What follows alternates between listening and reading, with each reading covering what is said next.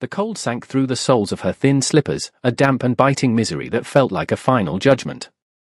And Lee stood pressed against the rough-hewn wall of the general store, a ghost in a faded pink dress that offered no defense against the encroaching winter.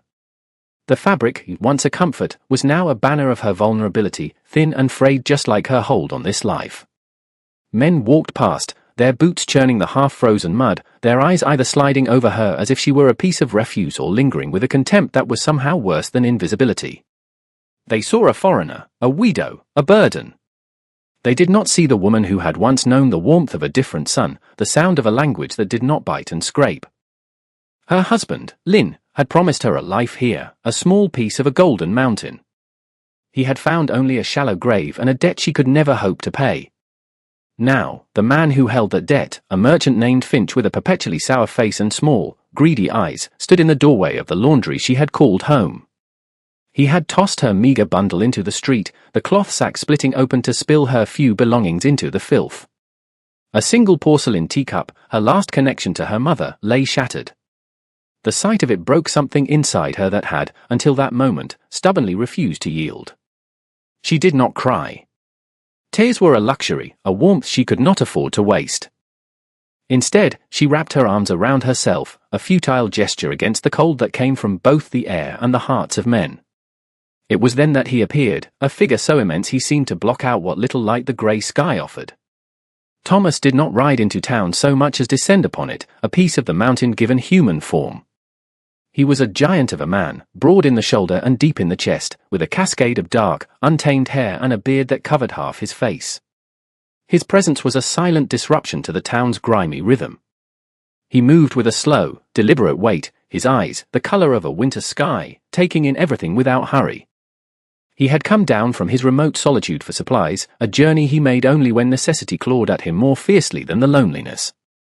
He needed grain for his horse, salt for curing meat, and perhaps a new axe head if the blacksmith had one worth the price. He had no time for the squabbles of smaller men, for their posturing and their petty cruelties. But he saw her. He saw the woman in the thin pink dress, shivering against the wall. He saw the shattered porcelain in the mud. And he saw Finch, strutting with the cheap authority of a man who enjoys kicking things smaller than himself. Finch was pointing a thick finger at Lee, his voice a greasy smear in the cold air. She's got nothing. The debt's mine to collect, and I'm collecting this room. She can find her charity elsewhere. A few onlookers snickered, their faces pinched and mean. Thomas felt a low, unfamiliar rumble in his chest. It was the grating of a stone that had been long undisturbed. He had spent years turning his back on the world of men, finding more honesty in the silence of the pines and the brutality of the winter snow. But this was a different kind of brutality, a cowardly, sneering kind that preyed on the helpless. He tied his horse's reins to the hitching post, the motion economical and sure, and walked towards the scene. His steps were heavy, each one a punctuation mark in the tense silence that had fallen as the townspeople noticed him. Finch puffed out his chest, trying to hold his ground as the mountain man's shadow fell over him.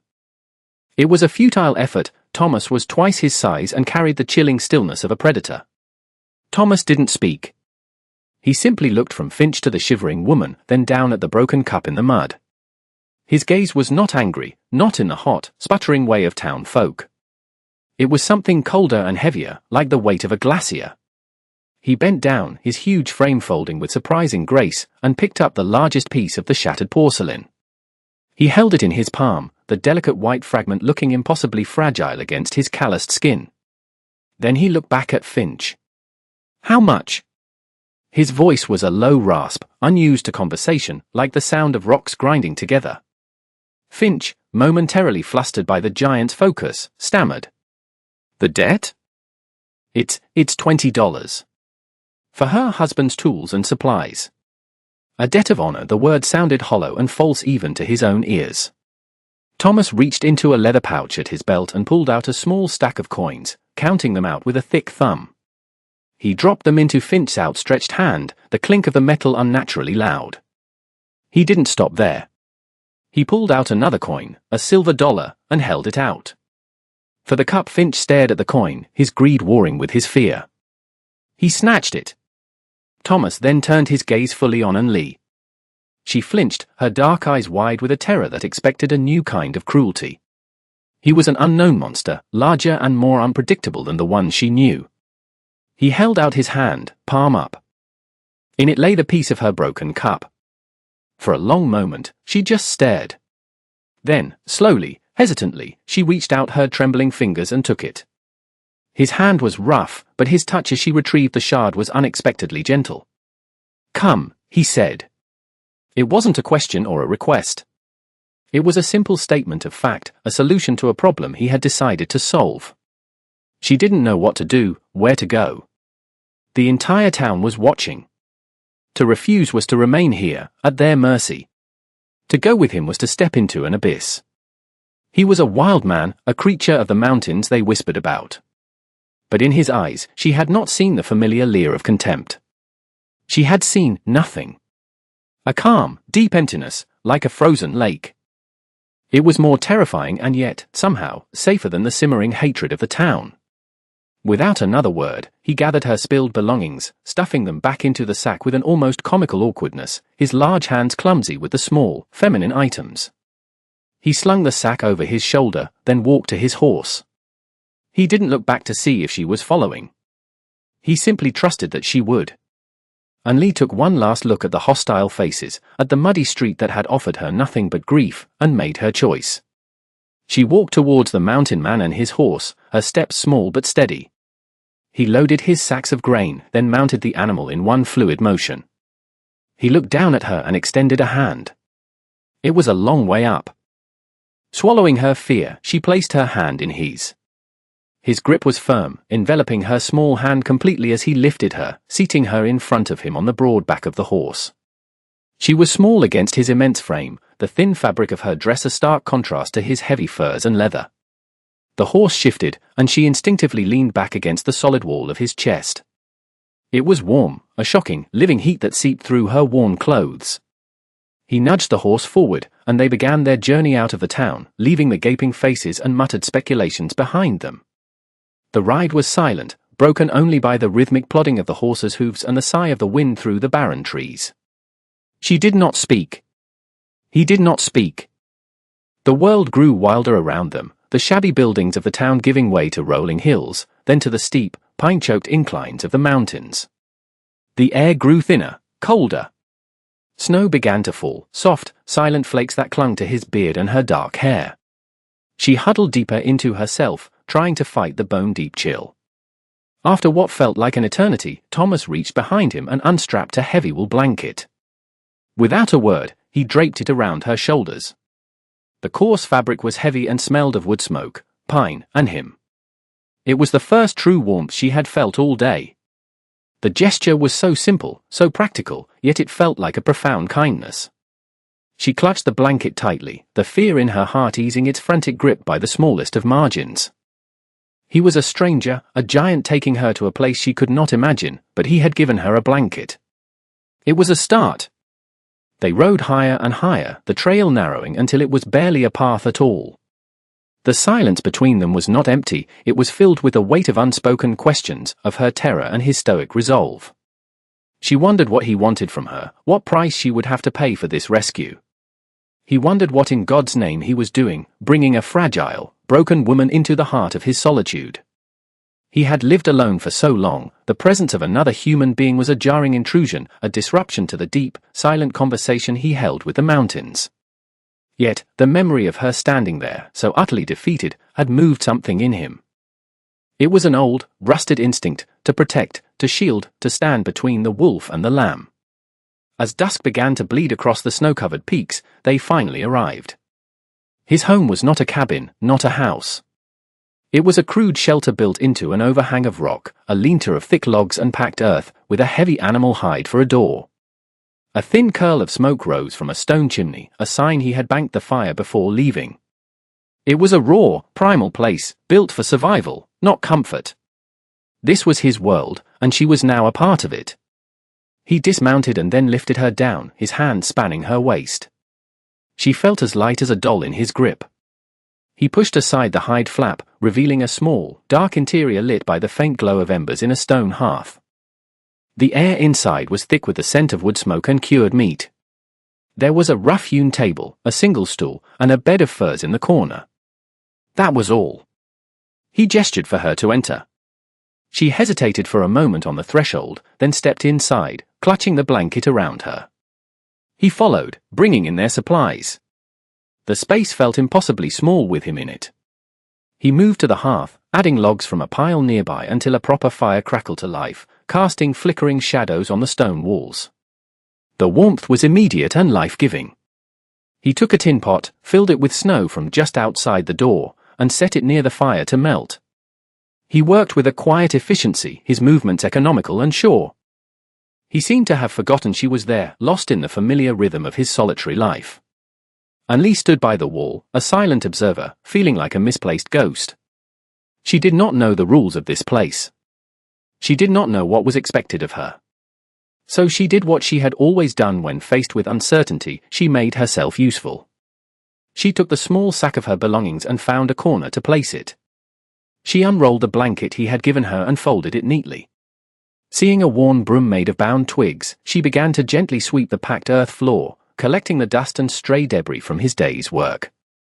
Thomas stopped what he was doing and watched her. The small, repetitive motion of her sweeping was a strange and foreign sound in his shelter. For years, this place had known only his movements, his silence. Her quiet industry was an intrusion, yet it was not an unwelcome one. It was soft. The firelight caught the silver threads in her dark hair and cast a warm glow on her pale, tired face. He saw not just a victim, but a woman of quiet strength, a person trying to reclaim a piece of dignity in a world that had stripped her of it. Days bled into weeks, and a fragile routine began to form, an unspoken treaty between two solitudes. Thomas would rise before dawn, his large frame moving with a hushed grace as he prepared for the day. He would leave to check his trap lines or hunt, disappearing into the vast, snowy wilderness for hours. Anli would wake to the silence he left behind, the embers in the hearth his only parting message. At first, she was paralyzed by fear, but the simple, pressing needs of survival gave her purpose. She learned the rhythms of his home. She tended the fire, ensuring it never went out. She took the tough, stringy meat he brought back and, with patience and skill, stewed it into something savory and tender. She discovered his small cache of dried herbs and used them to flavor their meals, transforming grim sustenance into something that tasted of care. She mended his worn buckskin clothes with tiny, perfect stitches, her needle and thread moving with a speed and precision that fascinated him. He would return at dusk, weary and cold, to find the shelter warm, a bowl of hot stew waiting for him, and a strange sense of peace settling where there had once been only stark emptiness. He never thanked her in words, but he would leave an offering on the table for her, a handful of winterberries he'd found, a bird's feather of impossible blue, or a smooth, flat stone from the creek bed. These were his words, his acknowledgement of her presence. She, in turn, would accept them with a small, quiet nod, her gratitude as silent and profound as his. They spoke rarely, their conversations limited to practicalities. The wood is low, more snow is coming, is the water container full? Yet, in the shared space, a different kind of language was developing. It was in the way he began to chop the firewood into smaller, more manageable pieces for her. It was in the way she started humming a soft, sad melody as she worked, a sound that filled the corners of the shelter with a gentle melancholy. He began to look for her when he crested the final ridge on his way home, his eyes seeking the flicker of firelight from his shelter, a beacon that now meant more than just warmth. It meant her. The winter deepened its hold on the mountain, unleashing a brutal, relentless cold that seemed to suck the very breath from the air. The snow piled in great drifts against their shelter, isolating them completely from the world below. It was during this deep freeze that Anli fell ill. It started with a shiver she couldn't shake, a deep weariness that settled into her bones. Soon, a fever took hold, leaving her weak and delirious on the bed of furs. Thomas was thrown into a state of quiet panic. He was a man who understood the dangers of the mountain, the sudden storm, the predatory animal, the treacherous fall. But this was a different kind of threat, an enemy from within that he could not fight with an axe or a knife. He watched her toss and turn, her face flushed, her breath coming in shallow rasps. Her vulnerability was a physical ache in his own chest. He was clumsy in his role as a nurse. His hands, so adept at skinning a deer or setting a snare, were rough and awkward as he tried to spoon broth between her cracked lips. He bathed her forehead with cloths dipped in melted snow, his touch surprisingly gentle. He sat with her through the long, dark nights, adding wood to the fire, listening to her ragged breathing, a silent, hulking guardian against the encroaching darkness. During the worst of the fever, she would murmur in her own language, words he could not understand but whose meaning he could feel in their sorrowful cadence. Sometimes she would cry out, her hands reaching for something that wasn't there. In those moments, he would rest his large hand on her shoulder, a steady, grounding presence in her fevered storm. He felt a fierce, terrifying protectiveness he had not experienced in decades. The thought of losing her, of this small, warm light being extinguished from his world, was unbearable. This fragile woman had, without trying, breached the formidable walls he had built around his heart. Her survival had become inextricably linked with his own. After 3 days, the fever broke. An-Li woke one morning to find the world clear and calm. The first thing she saw was Thomas, asleep in the stool by the hearth, his head slumped forward, his massive frame folded in exhaustion. The fire was burning steadily. A pot of water was warm beside it. She saw the damp cloths on the table, the half-empty bowl of broth. She understood, with a sudden, overwhelming clarity, that he had saved her. That evening, as she sat propped up on the furs, sipping a weak tea he had brewed for her, the silence between them was different. It was no longer a space of caution, but one of shared experience, of a battle fought and won together. She looked at him, at his tired face illuminated by the firelight, and for the first time, she spoke of things beyond the immediate needs of the day. "My husband," she began, her voice a little rough, "he was a good man. He believed in this country. He believed people were kind." She told him about their journey, the hopes they had carried, and the slow, grinding disappointment that had followed. She spoke of Lin's death from a lung sickness and the crushing loneliness that followed, a loneliness made worse by the town's open hostility. They looked at me as if I was a disease. Thomas listened without interruption, his gaze fixed on the dancing flames. Her story was one of 1,000 heartbreaks he had heard whispers of from the world below, but hearing it from her, in this small, warm space, gave it a weight that settled deep inside him. When she finished, her voice trailing off into a weary whisper, he did not offer empty platitudes or clumsy words of comfort. He simply nodded, a slow, grave acknowledgement of her pain. He stood up and pulled on his heavy coat. He took his axe from its place by the door. "Where are you going?" she asked, a flicker of her old fear returning. "It's dark." He paused at the door, turning back to look at her. "The trees won't fell themselves," he said, his voice low and certain. "This place is not a home. I'm going to build you 1 inch." And so he began. The sound of his axe became the new rhythm of their days, a steady, resonant heartbeat echoing through the silent, snow-filled forest. Every day, he would work from dawn until the light failed, felling pines with a relentless, focused energy. He was not just cutting wood, he was carving out a future, building a fortress against the cruelty of the world she had known. An-Li, growing stronger each day, would bring him his midday meal, a hot stew in a covered pot. They would sit together on a fallen log, sharing the food in a comfortable silence, the vast wilderness their only witness. She watched him work, marveling at his strength. He could lift logs that seemed impossibly heavy, his muscles cording under his skin. He notched them with a precision that was like artistry, fitting them together so perfectly that no wind could find its way through. She began to help in small ways. She gathered moss and clay to chink the gaps between the logs.